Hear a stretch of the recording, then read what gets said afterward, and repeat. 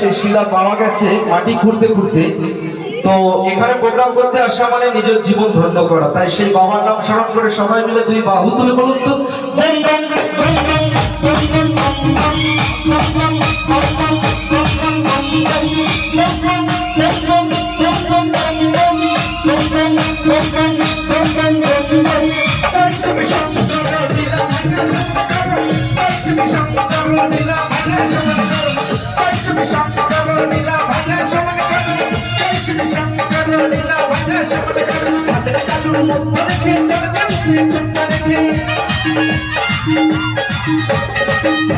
Thank you.